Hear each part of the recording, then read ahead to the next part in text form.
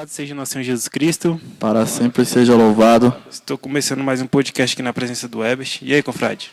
Tudo certo? Graças a Deus a gente começou, né? Apesar dos pesares. E aí, confrade Vandia, se apresente para o pessoal. Bom dia, eu sou o confrade Vandia, da Conferência Nossa Senhora das Graças. Como é que o senhor está nesse domingão? O que o senhor fez de bom até o momento? Graças a Deus, tudo bem. Estamos aqui, né? Sim. Na presença de vocês. Frade Saul. Agradeço muito pelo convite e parabéns pelo trabalho que vocês vêm desempenhando. A gente que agradece a presença do senhor, né? Nada mais, nada menos do que o confrade Vandia aí para poder fazer parte do nosso podcast hoje. Bastante conhecido, né, confrade? Aí pela sociedade. Um tempinho. Conta aí pra gente como que o senhor começou nos Vicentinos. Tem algum tempo, né? São quase 40 anos. Foi em 82, eu estudava, fazia o antigo segundo grau, né? E um colega convidou e a gente começou a participar na conferência. Foi lá em Unai, Minas Gerais. Isso em 82 para 83. Você tinha quantos anos? 17, 18 anos. Já fazia parte de algum grupo da igreja ou foi diretamente para os vicentinos? Diretamente para os vicentinos. Assim, eu vejo que muitos participam pela igreja, né? Mas comigo, pela forma que eu comecei, numa sala de aula em que estudava, fazia o segundo grau, contabilidade, técnico de contabilidade,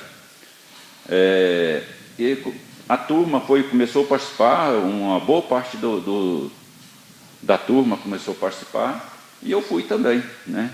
Assim, pela amizade, pelo convívio que tinha ali, e começamos a participar. E seus amigos ainda continuam na sociedade? Os que te chamaram? Boa parte, participam até hoje. Lógico que alguns ficaram pelo caminho, né? Foram para outros movimentos, mas praticamente todos dentro da igreja. Mas foi um momento muito bom, porque incluiu ali a amizade e a igreja. Então, foi um movimento que nós começamos, como vocês aqui no Riacho Fundo, né? São tantos jovens que hoje participam aqui, e eu me vejo naquela época, porque a turma que vocês têm, unida, é a mesma forma quando eu comecei a participar. E essa turma, como eu disse, muitos deram frutos, né? Estão aí na sociedade, já assumiram cargos em várias hierarquias da Sociedade São Vicente de Paulo, e estão presentes aí até hoje, em várias cidades também. E dentro dessa caminhada o senhor desanimou alguma vez? Desde quando começou? Não, eu não digo que não, mas nunca foi um desânimo assim, falar assim, não, eu vou sair. Acho que eu nunca pensei em sair. A minha caminhada foi contínua, né? Nunca tive um momento assim, falar, vou sair. Pode ter aquele momento que a gente fica um pouco mais frio, né? Falta de atividade, sei lá, mas desistir nunca. Mas o senhor era um jovem bem proativo na época? Sim. Participava de tudo, né? Participava de tudo, né? A gente começou, logo eu estava assumindo a comissão de jovens, participando da comissão de jovens do Conselho Central de Unai. Eu lembro que o senhor, quando eu estava como presidente aqui do Central, era bem querido pelos jovens, né? O senhor sempre gostou de estar no meio dos jovens? Eu acho que é por isso, né? Acho que pelo fato da gente ter nascido junto com a juventude, comecei com a juventude, a gente dá esse apoio, a gente participa junto, a gente quer ver os jovens crescer. Porque os jovens não são o futuro da sociedade, eles são o presente. Porque onde tem a juventude inserida na sociedade de São Vicente de Paulo, aquela área, aquele concelho, né, aquela cidade cresce, pode ter certeza. E o que o senhor acha desses jovens que, infelizmente, estão saindo devido à pandemia? Como o senhor acha que a gente consegue conquistar novamente essas pessoas, ou até mesmo novas pessoas para a sociedade, em relação a jovens mesmo? Olha, eu sempre digo que cada um de nós temos o nosso dom, né? Uns têm os dons para a caridade, um para o trabalho social, para o trabalho com os vicentinos. Outros vão para outros grupos, né? não podemos dizer, muitos podem sair até da igreja, mas é uma minoria. Eu acho que a sementinha que é plantada lá na CCA, com os jovens, nessa participação, nessa vivência, ela fica. E quando a gente começa a participar e que alguns ficam pelo caminho, o que nós temos que fazer? Ir atrás, procurar, mas muitos não vão voltar. E com a pandemia, isso se acelerou um pouco mais, né? Mas nós não podemos desistir. E seus filhos? Seus filhos são vicentinos? Hoje não, mas eu tenho 3, né? Todos já passaram pela CCA. Quando findou 14, 15 anos, era no Riacho Fundo 1, né? E aí começaram a dispersar, né? Não tem 2 que participam de outros grupos, né? Mas nunca deixou a igreja, né? Estão ativos, né? Mas faltou esse engajamento que, às vezes, nessa transição é muito importante da CCA para a juventude. Eu vejo que aqui, por que cresce uma juventude exponencial aqui no Riacho Fundo? Porque tem a CCA, tem as conferências de jovens, que não é uma só, e aí tem aquela integração total, isso aí ajuda e muito. O que precisa nas CCAs é essa conexão com as conferências de jovens, com as conferências de adultos, para dar continuidade. Quanto tempo de vicentino que o senhor tem? Vou para 40 anos, né? E qual é o segredo aí que o senhor deixa para a galera para não desanimar dentro desses 40 anos? Eu acho que tudo que você vai fazer na vida, você tem que gostar, você tem que identificar com aquilo. Seja na sua profissão, seja na sua família, seja na Sociedade de São Vicente de Paulo, seja na igreja. Você tem que gostar, você tem que participar para não desistir. Entendi, confrade. E quando o senhor começou em Unai, né? Como foi essa vinda para Brasília? Comecei lá em 82, aí 10 anos, foi em 91 para 92, eu vim para Brasília. Foi difícil? Teve muitos desafios aqui em Brasília ou foi tranquilo? A adaptação?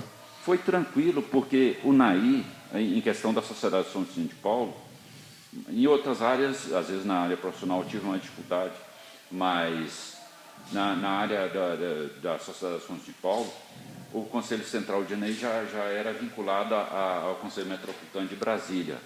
E como eu era da Comissão de Jovens lá, a gente tinha uma ligação muito boa com os conselhos daqui, com a sociedade aqui. Então, eu vim para cá, na segunda, terceira semana que eu estava aqui, já estava participando de uma conferência. O senhor ainda é bem ligado lá ao NAI? Ainda continua frequentando, participando, não das conferências, mas indo na cidade e tudo mais? Sempre vou, porque tem família lá, né? Eu, minha esposa, tudo de lá. Então, a gente nunca perde E a nossa região é ligada com a região de Unai, né? Oi? A nossa região aqui é ligada com a região de Unai, né? Região 5. Região 5, o Conselho Metropolitano, porque o Conselho Central de Unai é vinculado ao Conselho Metropolitano de Brasília. Sim. Então, tem uma ligação muito próxima. Tem muitos amigos ali em volta. Sim. Sua infância todinha, então, foi lá em Unai, né? Sim, o início, né? Eu digo que agora eu já tenho mais tempo de vicentino aqui em Brasília do que em Unai, né? Lá eu participei 10 anos, eu acho. E aqui já estou com... Lá o senhor tem todos os parentes lá? Pai, mãe vivo ainda? Sim, só mãe. Só que meus irmãos, minha mãe, todos moram aqui agora. Ah, né? sim. O que a gente vai lá mais, porque da minha esposa ainda tem os irmãos dela, mãe, pai, tudo lá. O senhor veio para Brasília com quantos anos mesmo? Foi em 92, final de 91, sou de 64, 28, 20. Então você veio para cá, o senhor já tinha bastante experiência, né? Sim. O senhor veio aqui e ficou na casa de quem? Ou sua família se mudou toda? Não, eu vim para cá solteiro. O senhor veio por conta própria? Para própria? ganhar a vida, né? Eu vim sozinho. Para começar minha vida profissional, era um comércio, né? E eu já vim para montar esse comércio e a gente começou a trabalhar. Então o senhor sempre foi empreendedor aí? Sim. O senhor nunca quis trabalhar para os outros, né? Trabalhei pouco tempo. Lá em Unai eu trabalhei de empregado. Essa formação em contabilidade ajudou o senhor a formar a sua empresa, a ter o seu próprio negócio? Sim, ajudou um pouco, porque na realidade eu fiz técnico de contabilidade, que era na época, era técnico, né? Mas eu nunca exerci a função, né? Apenas porque era uma cidade pequena, era 2 cursos que tinha na cidade, era técnico, contabilidade e o antigo normal, que era para professores, né? Então, eram os 2 cursos que a gente tinha, a opção era essa. Então, o primeiro comércio do senhor aqui em Brasília foi a loja de peças? Foi. Já montei, foi no Bandeirante. No Bandeirante aí eu fui. E até hoje está de pé? Até hoje. Nessa pandemia não enfraqueceu, não? Olha, deu uma caída um pouquinho no início da pandemia, no ano passado, em 2020, né? Março, abril, maio. Mas depois voltou a quase normalidade. E depois foi melhorando. O senhor tem alguma dica para dar para quem quer empreender, começar seu negócio, seu primeiro negócio? Porque manter isso de pé tanto tempo é difícil. Ainda mais aqui no Brasil, né, que tem bastante imposto, que eu vejo o pessoal reclamando. Olha, empreender no Brasil não é fácil. É um desafio, um grande desafio que é empreender no Brasil. Porque são tantas circunstâncias, tantos impostos, tantas dificuldades que a pessoa encontra. Mas o que eu digo hoje, que basta se preparar. Qualquer um pode empreender, basta estudar um pouco, saber o que quer fazer e saber onde quer chegar, que você consegue. Então, até hoje, o senhor se mantém no mesmo negócio, né? E é uma prova, né, de que deu certo. Sim, vai fazer quase 30, já está com quase 30 anos, se não me engano. Confrade, voltando para essa linha do tempo vicentino aqui que a gente estava fazendo no começo, eu não sei se o senhor ainda acompanha famílias lá, ou acompanha conferências lá, quando o senhor dá uma passadinha, ou vai tirar férias em Unai, alguma coisa do tipo. Mas, comparando aqui com Brasília, que o senhor já está há tanto tempo fazendo visitas, conhecendo famílias e famílias, a dificuldade de lá é menor do que a daqui, ou a daqui é maior? Olha, cada localidade tem sua realidade, né? Cada trabalho vicentino, apesar de estar todos num processo só, que é regido pela nossa regra, né? Que tem tudo ali discriminadinho, como que se deve fazer.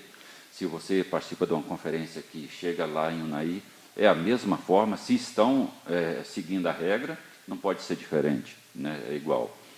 Mas em questão da assistência, eu digo que cada um tem sua realidade. Mas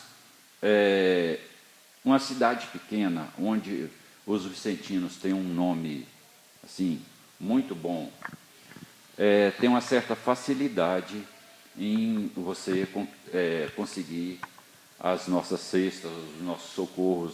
Lá tem asilo, né, que é mantido pela sociedade, né, tem uma ajuda do governo, mas é mantido a maior parte pela sociedade civil, né, que está ali sempre presente. Então, é um povo muito fácil de trabalhar. E a realidade das nossas famílias é praticamente os mesmos problemas que a gente encontra aqui, a gente encontra lá também. O senhor que acompanha famílias aqui na região do Riacho Fundo 1 agora, né?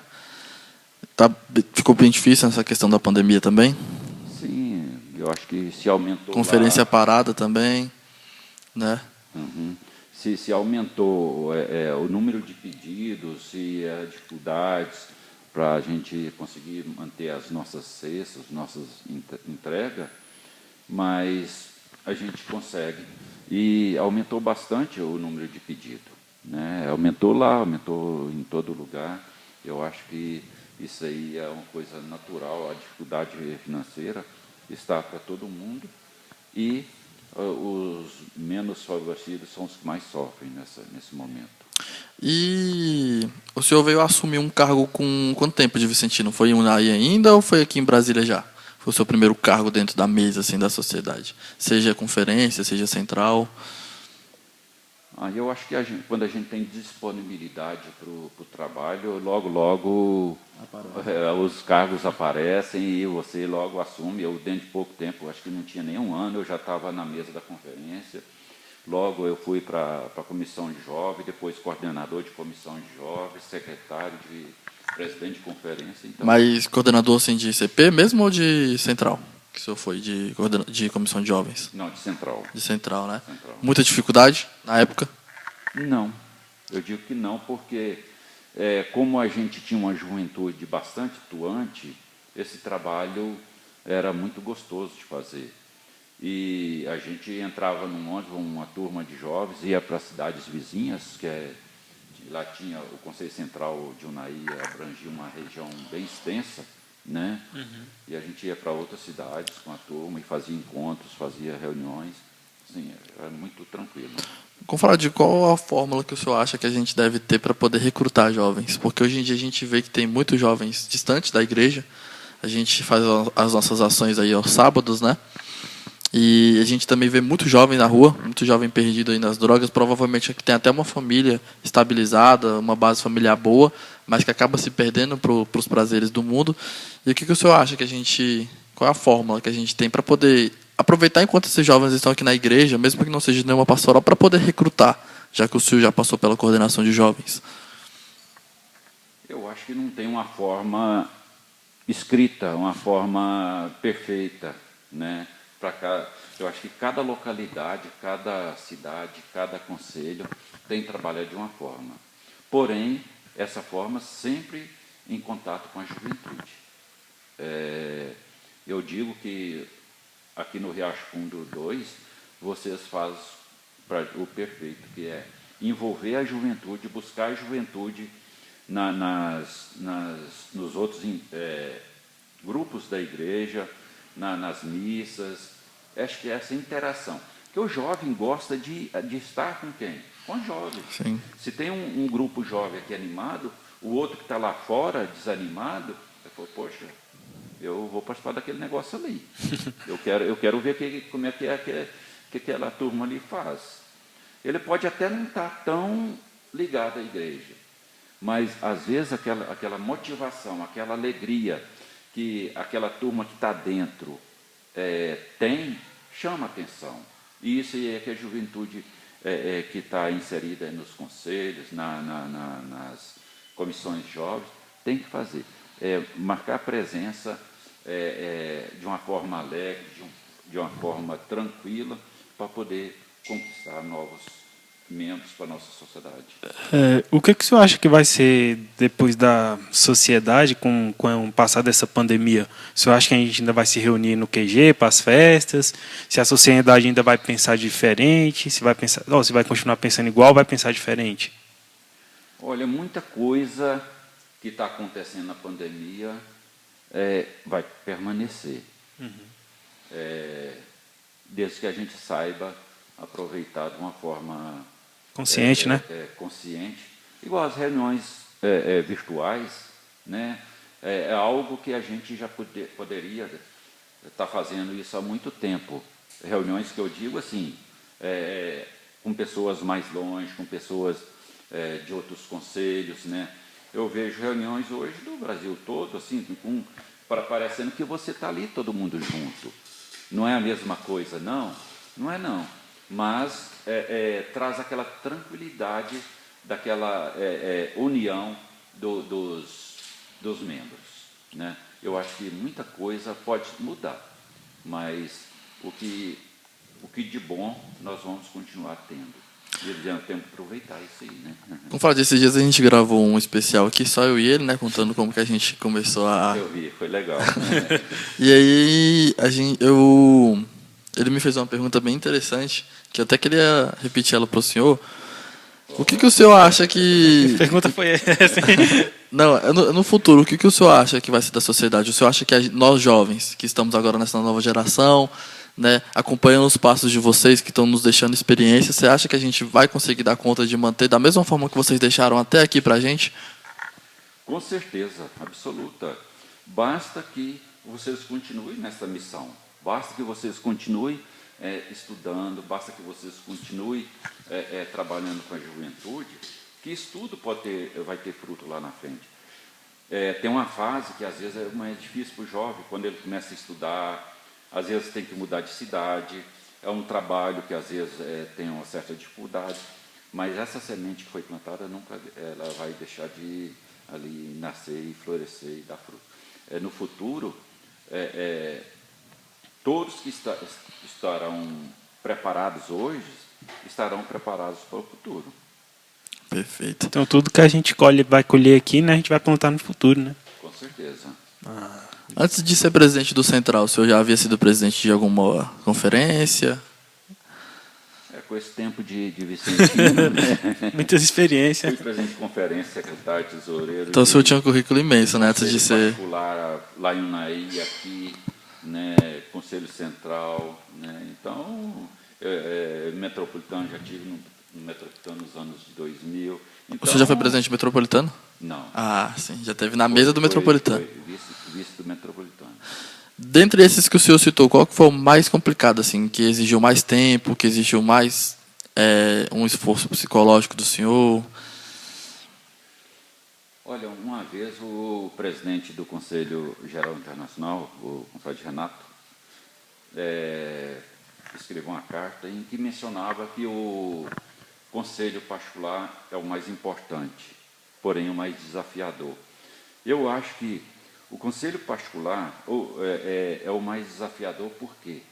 Porque ele trabalha diretamente com as conferências. É ele que recebe as maiores demandas, as maiores dificuldades que a conferência, que o confrade, a consórcia tem no seu trabalho. É no conselho particular que às vezes a gente encontra a maior dificuldade para o crescimento, para a formação. Mas no Conselho Central, no Conselho, todos têm seus desafios, mas eu digo que o maior desafio é no Conselho Particular.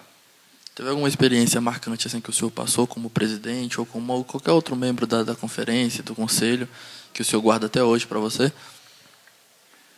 Olha, assim, eu acho que tudo é marcante, mas para a gente na vida vicentina. Mas eu assim, não me recordo assim, numa coisa assim, porque acho que depende muito como a gente leva a nossa vida com tranquilidade, né? Eu sempre assim, participei em todos os cargos que eu já passei, ou como simplesmente membro da conferência. Todo dia nós temos desafios. Sim. Uns mais difíceis, outros mais tranquilos. Porém, os mais difíceis, aqueles servem apenas de lição para a gente tocar a nossa vida para frente, né? Durante todo esse tempo que o senhor teve à frente, assim, nas mesas e tudo, o que o senhor viu de dificuldade, assim, que pode ser melhorado, tipo assim, no convívio entre os pessoal? O que o senhor acha que o senhor viu de mais triste, assim? Uma falta de amizade?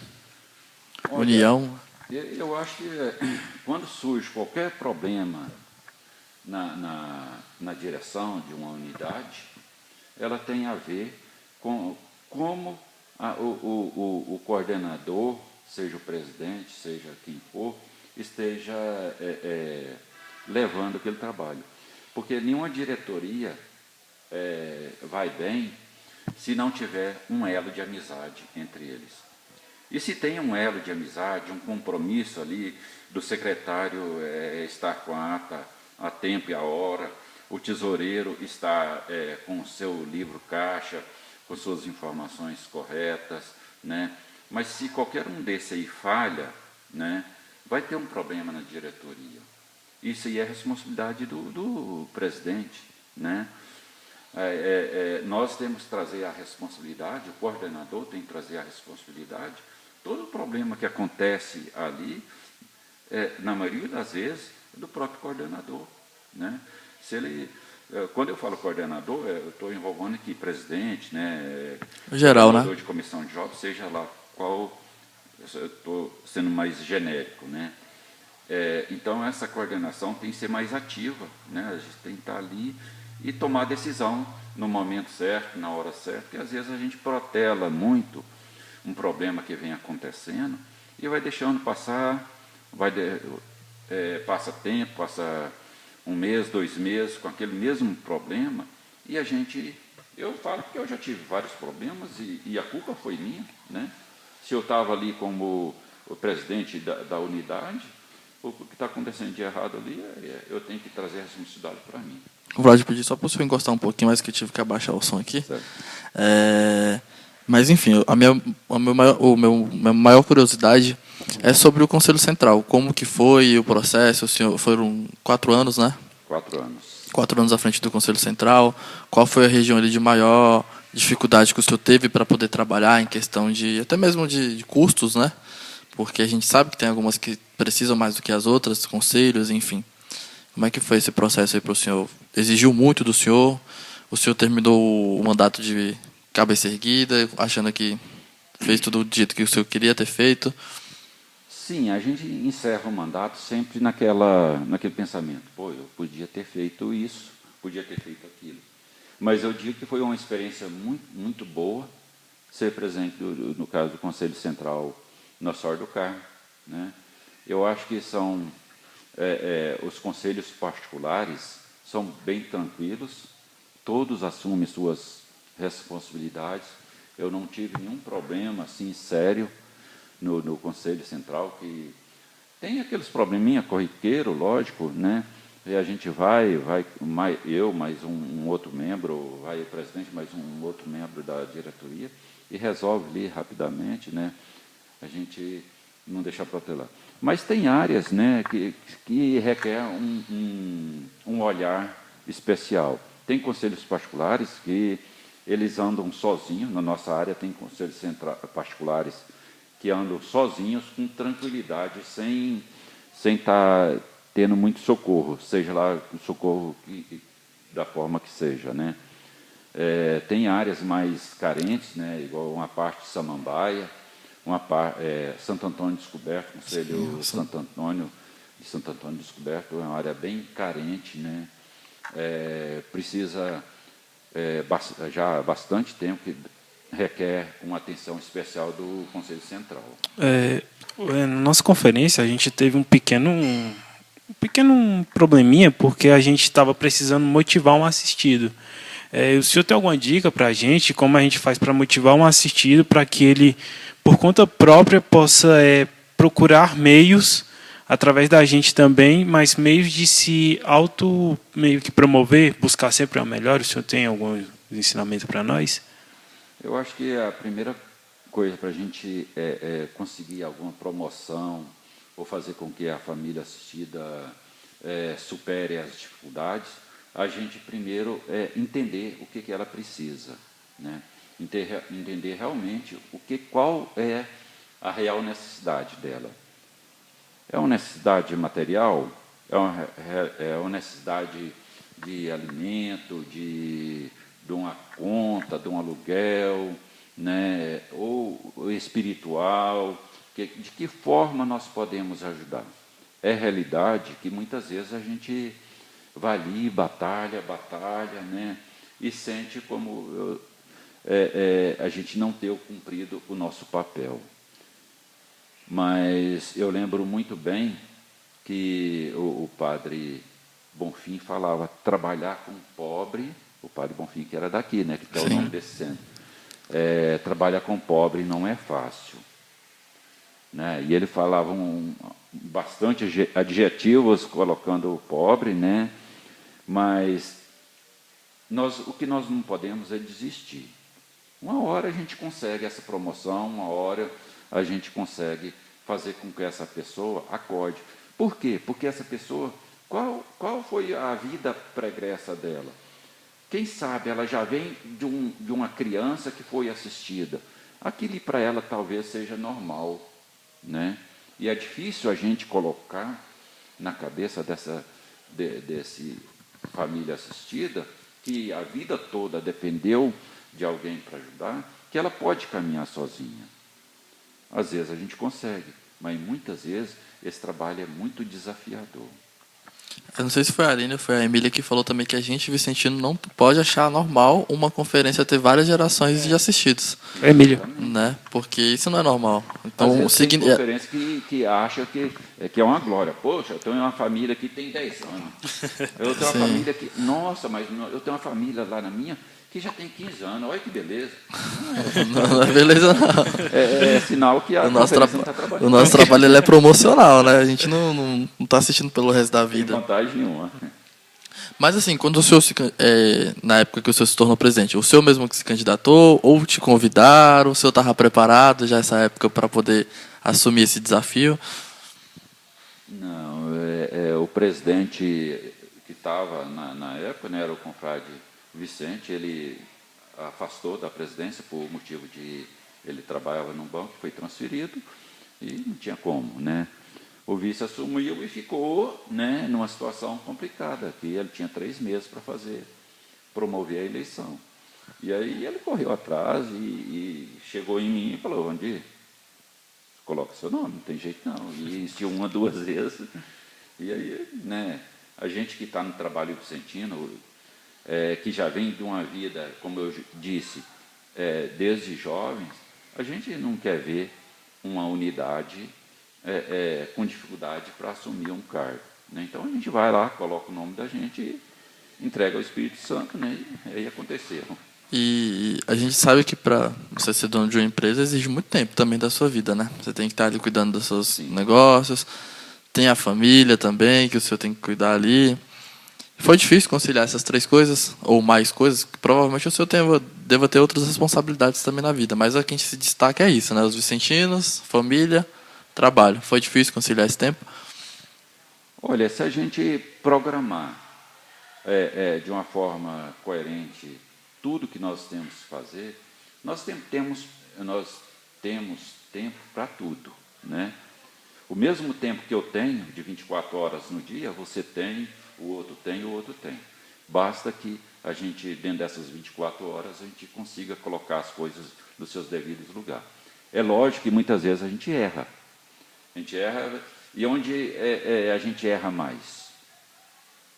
Na família. Muitas vezes a gente abandona a família. E eu teve épocas que eu assumi cargo que minha família ficou, de certa forma, muito sozinha, né? E se a gente às vezes a gente, quando está mais novo, mas na juventude a gente não enxerga dessa forma, né? A gente abandona nossos pais, nossos esposa, filhos, né? Fala, não, mas eu estou fazendo um trabalho na igreja. Mas dava para fazer tudo de uma forma diferente. Hoje a gente pensa diferente, que dá para a gente conciliar dentro dessas 24 horas, dentro de uma semana, dentro de um mês, de uma forma bem programada e fazer tudo, desempenhar um bom papel. O senhor conheceu sua mulher na sociedade? Sim. Caramba, ela também é vicentina até hoje? Não. Hoje, quando nasceu os 2 mais novos, são gêmeos, né? Você tem quantos anos? Eu? Não, seus filhos. O Lucas tem 25, que é o mais velho, e o André e o Gabriel, 23. Gêmeos, são gêmeos. Não sabia que o senhor tinha gêmeos. Sim, então, aí ficou... Eu conheci ela na comissão de jovens, minha esposa.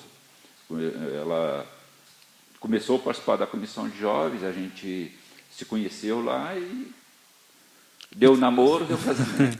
Então, sua família entende muito bem, né? Os seus compromissos vicentinos. Sim. Todos eles já têm a vivência. Todos passaram, né? Minha esposa, quando nasceu os gêmeos, que eu já ia dizendo, aí era muito difícil, né? Porque a gente ia para a reunião, o Lucas tinha 3, 4 anos, os outros 2, né? Ia com 2 carrinhos, né? Mais o outro, e virava aquele choreiro dentro da reunião. E aí minha esposa falou assim, não, vou afastar por um tempo. Só que esse afastar por um tempo já tem... Já tem muito tempo. Uma hora ela volta. E gêmeos foi trabalho dobrado? Ter gêmeos foi trabalho dobrado? Trabalho dobrado. Mas era um trabalho dobrado gostoso. É bom, né? Wandir, nessa época de presidente do Central, o senhor teve algum projeto assim que se destacou, que o senhor aplicou dentro do Conselho Central? Alguma ideia, algum planejamento que o senhor fez que permaneceu até hoje? Olha, na época, o Conselho Central tinha muitos projetos sociais, que já veio da direção anterior, e a gente deu continuidade.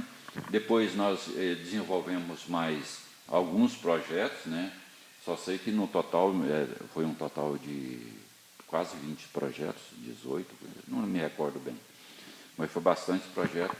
Todos esses projetos sociais, boa parte deram frutos, né?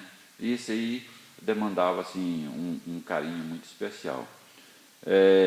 Fora isso aí, a gente também elaborou, você falou planejamento, a gente elaborou um planejamento com um livro com todas as informações do Conselho Central, né?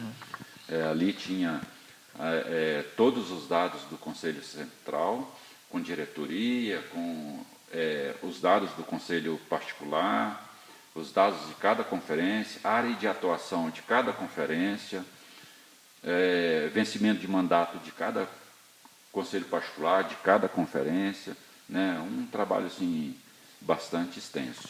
Como que o senhor vê o planejamento dentro da sociedade? O senhor vê muita importância? Como que é para aplicar o planejamento? Porque tem pessoas que não gostam, né? Tem pessoas que querem fazer as coisas só para fazer, ou fazer de primeira sem pensar. O planejamento, ele é bem-vindo em qualquer coisa que a gente vai fazer, né? Para eu vir falar aqui, eu tive que fazer um planejamento, né? Eu não posso sair da onde eu estou, no caso eu estava num trabalho, né? De qualquer maneira. Então a gente tem que fazer um planejamento. E um planejamento ideal para cada unidade é o planejamento anual, né? Cada conferência deve fazer, cada conselho particular, central, e seguir aquilo. E com antecedência, não adianta você planejar, colocar no papel ali, e está faltando uma semana para o evento. Gente, nós temos um evento ali, vamos fazer. Aí sai tudo tumultuado. Não adiantou nada você fazer um planejamento. Aquele planejamento você tinha que estar trabalhando nele há 1 mês, 2 meses, 3 meses. Depende qual é o trabalho que você vai fazer. Confrade, o que te encantou na Sociedade de São Vicente de Paulo? O que te faz admirar a sociedade? Eu acho que a grande amizade que a gente tem entre os membros e o nosso trabalho perante as nossas famílias, as pessoas que a gente ajuda. Assim, aí quando a gente vai fazer uma visita, que a gente vê ali, no olhar ali daquela família, daquela criança, né? Aquilo é bom demais. Aquilo quando você entra na casa, agora está difícil, né? Às vezes a gente vai entregar a cesta, porque na realidade não estão fazendo visita, apenas entregando cesta, né?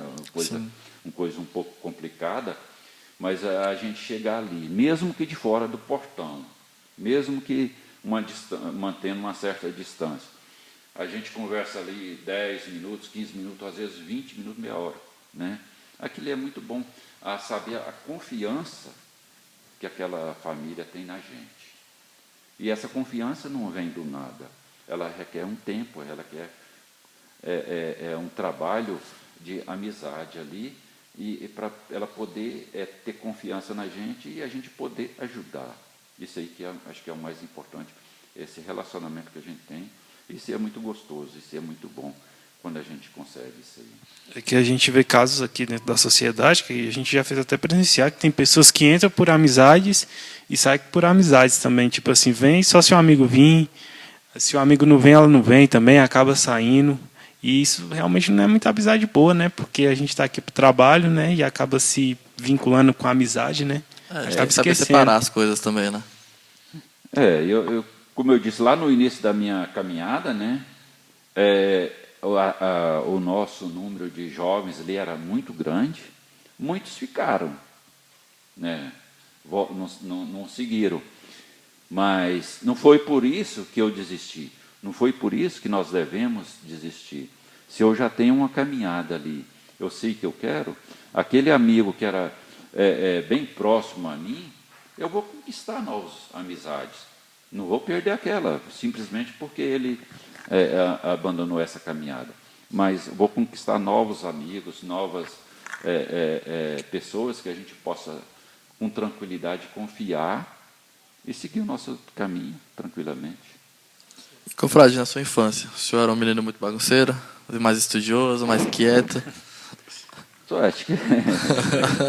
Eu acho que eu não tive infância, porque a gente morava na roça, né? E a criança, eu tenho 57 anos. O senhor tinha que trabalhar, então, nessa época? Eu, com 7, 8 anos, eu já trabalhava normalmente na roça, então não tinha, assim... Eu falo, às vezes a minha esposa, eu apareço com alguma brincadeira estranha lá, ela fala, você não teve infância? Não, eu falo, não. Estou aprendendo agora. Não sei o que é infância. Então, mas eu acho que isso era a vida de uma geração da minha idade, que poucos tiveram uma infância igual a gente vê hoje, né? É bem diferente a infância de hoje com da que eu vivi, diz que eu vivi, né? Acho que eu acho que naquela época, não sei, pode ser um pensamento leigo meu, mas eu acho que naquela época as crianças eram mais propícias a ir à igreja, né, catequese, crisma, do que hoje em dia. A gente vê o tanto de criança, até mesmo dentre as famílias assistidas, que já entendem até muito mais do que a gente de celular, que já gravam aquele TikTok que eu acredito que o senhor sabe o que é, né? Ou não saiba? Dancinha estranha. Tem famílias que a gente chega que são totalmente voltadas a isso, sabe? Parece que são refém a isso, mesmo que não tenham uma certa estabilidade, mas elas sabem como que funciona isso. E quando a gente convida para vir à igreja, para assistir uma missa, inventam uma desculpa, né? E às vezes uma desculpa que a gente sabe que é uma desculpa, não é nem aquela desculpa que convence, a gente sabe que é uma própria desculpa para não poder vir. Então acho que nessa época do senhor as crianças eram mais propícias a vir à igreja, assistir a missa, porque os pais chamavam e traziam, né? Eles não só perguntavam se ela queria vir, eles traziam para a igreja. Acho que até mesmo comigo foi assim, o meu irmão falou que eu tinha que fazer catequese. Se eu não fizesse catequese, o negócio ia ficar feio para mim, então eu tinha que vir. E aí eu fiz. Mas eu acho que as crianças... Acaba que por isso que a gente também não tem essa quantidade de jovens que a gente queria ter. A gente tem uma quantidade boa, mas acho que não é ainda o que a gente esperava, né? As redes sociais é um excelente caminho para poder ajudar no nosso trabalho, mas também pode ser um grande desvio para desculpas que não tenho tempo, desculpas que eu não vou, desculpas que, né, são N desculpas que a pessoa dá, porque ela não percebe que às vezes você vem na igreja aqui, fica ali 1 hora e pouco, e ela não percebe que às vezes ela fica 2, 3 horas celular, com né? o celular, com o computador, com algum outro tipo de coisa que não não vai trazer crescimento nenhum para ela. Crescimento tanto espiritual, porque eu também acredito que também na vida profissional também isso pode prejudicar a longo prazo. O senhor gosta de praticar esporte? Eu gostava de praticar esporte quando era mais novo? Não, nunca jogou tive futebol? Oportunidade, nunca tive oportunidade e até hoje eu mal faço uma caminhadinha.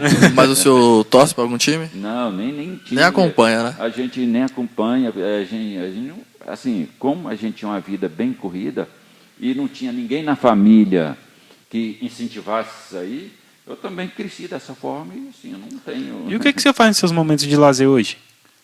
Fico com a família, fico mais quieto em casa. Às vezes saio aqui em Brasília, às vezes vou num parque, né? Temos muitos parques, eu gosto de andar nesses parques. Viajar né? também, né? O senhor gosta? Sim, viajar é gostoso, né? Já vi algumas fotos do senhor lá na beira da praia. Tá com saudade de viajar? Tá precisando, né? Uma saudade também, acho que o hora. senhor deve ter a saudade do baile vicentino aí, né? O baile vicentino é bom, né? Era bom. Precisando voltar. Mas assim, já que o senhor teve essa infância tão, entre aspas, difícil, porque teve que trabalhar desde cedo, né? O que o senhor aprendeu? O que o senhor tirou de lição dessa infância, assim, desde cedo trabalhando? O que isso te agregou? Hoje a gente pode até falar que é difícil, mas na época a gente não falava que era difícil. Era normal, né? Era normal. Tudo que a gente vive ali e não tem outra coisa para se espelhar, aquilo ali para a gente é normal. É como eu disse, quando a questão da família, ela veio de uma família que já foi assistida e continuou com um grande período, ela acha que aquilo é normal. Então, a nossa infância também é desse jeito. Eu acho que não muda muito. E o que te fez querer ser empreendedor desde essa época para cá? Qual foi o o momento ali que o senhor pensou, falou, não, eu quero ter o meu negócio, eu não quero viver de outra profissão, não? Olha, muitas vezes a gente entra em alguma coisa, a gente, lógico que tem que ter a vontade primeiro, mas aparece a oportunidade, né? E a gente, às vezes, não pode perder essa oportunidade, né? Apareceu, você embarca e vamos embora, né? A gente não pode perder aquela oportunidade, porque, às vezes, você começa a empreender, assim, do nada, assim, ficar caçando, pensando o que você vai fazer, às vezes fica protelando muito e não faz. Para mim foi diferente, porque para ser a oportunidade, eu falei assim, é agora. Então, aí começou, né? Você já enfrentou muitas dificuldades empreendendo? Tipo assim, por conta de funcionário, às vezes por causa de imposto? Sim. Não é fácil, né? A gente passa umas fases na vida da gente, de empreendedor, que às vezes a gente dá vontade de desistir, né? São contas que aumentam, são dificuldade com os colaboradores, são tudo que às vezes chega um momento que você fala assim, não, eu vou desistir, né? Mas muitas vezes, e é culpa nossa, sem estar preparado para assumir essas funções, né? A gente quer fazer um negócio, mas quer fazer no peito, né? Quer fazer de qualquer maneira, né? E aí a gente não chega a lugar nenhum e às vezes dá vontade de desistir. Então a primeira coisa que nós temos que fazer é nos preparar para isso. Mentalmente e fisicamente, né? Porque exige, né, demais. Exatamente, tem que estar preparado de todas as formas. O senhor tem muitos clientes e muitos funcionários? Tem. Qual o nome da sua loja mesmo? Fala pro pessoal que está ouvindo aí, quem sabe. O Napel Autopeças. O Napel Autopeças. Lá em Taguatinga Sul. Fica perto do hospital, né? Ali ao lado do Hospital Santa Marta. Se tiver com um carro com problema, dá uma passadinha lá na loja do Vandinho. O Fiorino, né? O Fiorino fez. O Fiorino é cliente de lá. Do Conselho Particular. Né? Foi uma felicidade pro senhor, né? Saber dessa conquista da gente também. Eu vi que o senhor ficou muito feliz na época. O Sávio também mencionou bastante o senhor aqui, o tanto que o senhor conversou com ele. Eu acho que é um trabalho que vocês desenvolviam e precisava de um carro para ajudar, né? Vivia pegando carro com um, com outro, né? Ou de um confrade, de um consórcio aí, e às vezes carros que não eram apropriados. E tendo o seu carro, né? Dá despesa, dá, mas também está desenvolvendo um belo trabalho. Precisa disso. Tem ido muito para ação social. Ontem a gente se envolveu num lugar aí que... Ontem a gente entrou nos buracos ali que foi complicado, mas ela... É porque quando a gente vai assim, a gente procura lugares novos, e ontem realmente a gente achou um lugar bem diferente. O senhor já fez muita ação social assim na rua? Entregando sopa ou até outro tipo de coisa? Já fiz, mas foi poucas. Poucas, né? Esse trabalho aí na rua, assim... Foi poucas vezes que eu fui. É um trabalho difícil esse de a gente ir para a rua, porque a gente fica ali pensando, né? Como que a gente pode ajudar essas pessoas? Será que a gente não consegue? Será que a gente nunca vai conseguir acabar com isso? Será que a gente nunca vai conseguir tirar essas pessoas daqui?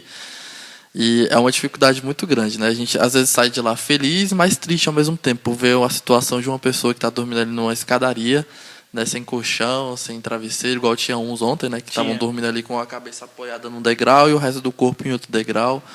Então, acho que é uma dificuldade muito grande que a gente passa no Brasil, no mundo inteiro, e que a gente fica se cobrando, né? Talvez a gente não precise se cobrar tanto, mas a gente fica se cobrando, será que um dia a gente vai conseguir acabar com isso tudo? Inclusive, o Matheus falou ontem, uma das pessoas que estava conversando com a gente, né, morador de rua, perguntou para ele qual que era o sonho dele. Ele falou que era acabar com a pobreza no mundo. Eu pergunto para o senhor, será que a gente um dia vai conseguir acabar com isso?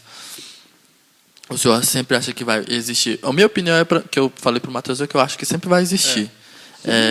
Tá lá na a riqueza, né? E a pobreza. Pobre sem o tereis convosco, né? É um trabalho que a gente às vezes acha que não tem efeito, né? Porque a gente às vezes acha que não está conseguindo realizar aquilo que a gente propõe.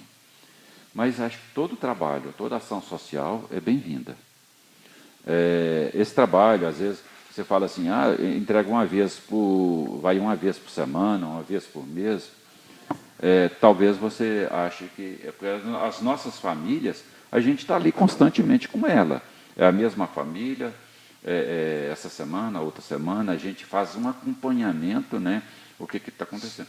Aquele pessoa está em situação de rua, um dia a gente encontra ele aqui, outro dia encontra em outro local, né? É um pouco mais difícil, exige um pouco mais. Sim. E às vezes ele acostumou com essa situação também. O senhor já teve algum assistido que foi parar na rua? Olha, que eu me recorde, não, eu acho que não. E teve algum trabalho de promoção assim que para vocês ficou marcado assim como uma experiência muito legal, que vocês conseguiram estabilizar realmente a pessoa? Sim, já tivemos trabalho em conferência, né, em alguma ação, em que a pessoa hoje participa da Sociedade de São Vicente de Paulo, das conferências. Isso é engrandecedor para a gente. Né? Acho que esse é o que a gente quer. É a nossa maior meta. Isso. Acho que deveria ser a maior meta de todos os vicentinos, né? É. Transformar um assistido em um próprio vicentino mesmo, né? Inclusive o nosso padre aqui, o nosso pároco hoje em dia, o padre Donizete, ele veio aqui, deu uma entrevista pra gente, e ele era assistido. Teve o pensamento de ser padre através das visitas que ele recebia. Ele se emocionou bastante aqui, contando da história dele. Não, isso aí até quando a gente vê também as famílias, algum membro que já passou por essa situação, um membro da sociedade que já foi assistido, isso aí é uma coisa ímpar, não tem o que falar, é muito gostoso, é muito bom, é muito emocionante. Com certeza. Confrade, o que a sociedade representa para o senhor hoje? Eu acho que na minha vida espiritual é meu alicerce, né? É tudo que me sustenta para estar mais próximo de Deus, mais próximo de Jesus. Eu acho que é o que me dá esse sustentáculo para eu continuar na igreja. Lógico, a gente está aqui pelo próprio Cristo, né? Mas a gente tem que percorrer alguns caminhos. E o caminho que eu escolhi é esse, né? Participar da Sociedade de São Vicente de Paulo do Vicentino. Quando o senhor esteve à frente, o senhor se considerou um bom líder no período que o senhor esteve à frente, em alguns cargos? Isso é meio complicado. É complicado a gente falar dessa forma, né? Mas pelo menos minha missão era fazer um bom trabalho, né? É o que eu queria fazer. Se eu pensei que estava fazendo bem e talvez os outros não entenderam dessa forma, fica um pouco complicado, né? Mas eu acho que eu deu o melhor de mim para que eu pudesse desenvolver o papel. Mas então a sociedade fez com que o senhor valorizasse cada vez mais o que o senhor tem e a sua família também? Com certeza. Hoje, eu acho que eu não me vejo fora da Sociedade de São Vicente de Paulo. Eu não me vejo desenvolvendo o meu trabalho na loja ou com a minha família sem a sociedade. Meus filhos hoje podem não está no caminho vicentino, participando dos vicentinos, mas eles estão vendo o que eu estou fazendo, né? Não sei de que forma que eles estão vendo, mas no futuro eu acredito que isso aí eu possa deixar um legado para eles. Vai fazer essa pergunta? Não, hoje não tem, então, acho que não sei se carregou aqui. Mas, confrade, eu acho que é isso, né? A gente... Hoje aconteceu bastante coisa. Hoje é bem atípico, mas a gente, inclusive, eu até quero agradecer a paciência do senhor. Como o senhor falou, a gente vai aprender, né? É apanhando que se aprende. Com certeza. Às vezes a gente acha que está indo tudo certo, mas infelizmente acontecem algumas coisas. Só que foi como o senhor falou, a gente não desanimar, não desistir, né? E eu acho que a sociedade mesmo ensina isso pra gente. É um valor que ela ensina pra gente, também não desistir, né? E foi o que eu e o Matheus faz até hoje. Vai contar aí 11 episódios aí com do senhor, 11 conversas. E até hoje a gente se mantém firme. A galera tá gostando. Acredito que o pessoal vai gostar também pelo senhor ser bem conhecido dentro do nosso Conselho Metropolitano e fora também, né? Pelos trabalhos que o senhor prestou e presta para a sociedade até hoje. Só para encerrar, uma última pergunta. Como é que está indo a conferência do senhor? Né, como é que está indo lá as atividades? O senhor está em qual conferência hoje? Eu estou na conferência Nossa Senhora das Graças, que fica lá no Riacho Fundo 1, na paróquia São Domingos Sávio, que é da onde surgiu o nosso Sim. conselho particular, né? São Domingos Sávio. Estamos reunindo presencialmente já, há uns 2 meses no máximo, mas antes a gente estava fazendo reuniões online, né? nos encontros online, que ajudou muito a gente a manter a chama acesa. Porque eu acho que as conferências que desligaram completamente nesse período de pandemia vão ter uma certa dificuldade para voltarem. Então, nós precisamos trabalhar muito isso aí, precisamos observar essas conferências para que, no futuro, elas possam voltar, né? Voltar com toda a vontade de ajudar. Hoje o senhor é tesoureiro da conferência, né? Sim. Complicado, tesoureiro? Eu não gosto de... Eu acho que no cargo O senhor também se formou em contabilidade? Aí já... Nos 3 cargos da conferência, né, o de tesoureiro é um dos que menos trabalha, né? Eu já fui secretário também. Porque secretário, eu falo, antes eu sempre estou na minha conversa na mesa, né? É um circo, vai circulando, né? Uhum. Antes eu estava como secretário. Porque o secretário, ele trabalha ali na hora da reunião, depois leva dever de casa para casa, né? Você tem que fazer a ata, tem que elaborar os mapas, fazer tudo, né? O tesoureiro, não. Se ele fez bem feito aqui na reunião, pronto, encerrou ali, né? Faz um fechamento ali na hora. O senhor está no nosso conselho desde o início do conselho, ou não? O senhor já entrou, já tinha sido fundado o conselho particular? Desde a fundação, desde a primeira diretoria. Eu fui o vice-presidente do primeiro presidente. Então o senhor já passou por várias gerações aí, né? Viu só um monte de evolução, né? Sim, e evoluiu bastante. Nosso conselho particular tinha 5 ou 6 conferências, não me engano, 6. Sim, hoje são 14 conferências. A gente tem uma dúvida, 14, acho que é 14, porque ainda vai fundar uma nova agora, né? Aqui no Riacho Fundo 2 não tinha nenhuma. Sim. Vai fundar uma nova. Como que se houver esse degrau, assim, porque antes do senhor estar como presidente, aí o senhor volta para a mesa, como que o senhor vê esse impacto? Porque tem muitas pessoas que acabam não conseguindo, tipo assim, porque está num cargo grande e não consegue voltar a um cargo baixo na conferência, voltar até mesmo ser um membro. Como que o senhor vê isso? É fácil para o senhor? Decepção. Porque decepção quem pensa dessa forma, né? Porque eu acho que você está ali para servir, você tem que servir aonde precisa de você. Se é na tesouraria, beleza. Se é na secretaria, beleza. Se é como presidente, eu acho que não tem nenhum cargo de honraria. Seja presidente ou não.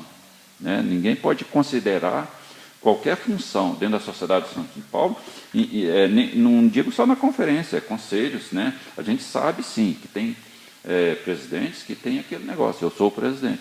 Mas você está a serviço assim como qualquer outro membro da conferência ali. Então, para mim, não faz distinção qual cargo você está ali assumindo. Não. O importante é ajudar, né? O importante é você colaborar, você ajudar a conferência. Então é isso, confrade. A gente agradece mais uma vez a presença do senhor. Muito obrigado aí pelos ensinamentos. Pela paciência. Pela troca de experiências que o senhor veio nos conceder hoje. A gente agradece muito. Gostou? Foi Gostei. Simples? Parabéns para vocês. Continue com o trabalho. Eu acho que isso aí vocês podem expandir, né? E fazer um belo trabalho assim, chamando, quem sabe? Daqui a algum tempo, de uma forma mais tranquila, até uma família assistida, quem sabe? Com certeza. Né? Pode levar muita informação. Pois é, fazendo uso do momento, a gente está tentando entreter os nossos vicentinos para que essa chama não se apague e eles continuem em contato, já que não está tendo ECAFO, já que não está tendo essas atividades presenciais, isso aqui é uma forma de aprender também. Confrade Vandir vai ser nosso futuro patrocinador, né, confrade? Mas é isso. A palavra fica com você, Matheus. Eu quero agradecer muito pelo senhor estar aqui com a gente, pela presença do senhor e pela paciência que o senhor teve. Igual o senhor disse, é um processo, né? E a gente deu uma pequena falha no nosso processo, mas conseguimos fazer, né? Foi o som que a gente estava prestando atenção aqui, no mas volume. a gente conseguiu. O senhor gostou bastante, né, que o senhor disse? Sim. A gente espera trazer o senhor aqui de volta e que o senhor também deixe uma mensagem para o pessoal de despedida aí, que o senhor possa dar uma mensagem para quem está com essa chama apagando, para quem pretende assumir um cargo. Dá umas dicas aí para o pessoal. Sim, a dica a primeira coisa, nós temos que gostar do que nós estamos fazendo, de onde que nós estamos participando, né? De que nós estamos participando. Se nós estamos participando de uma conferência, né?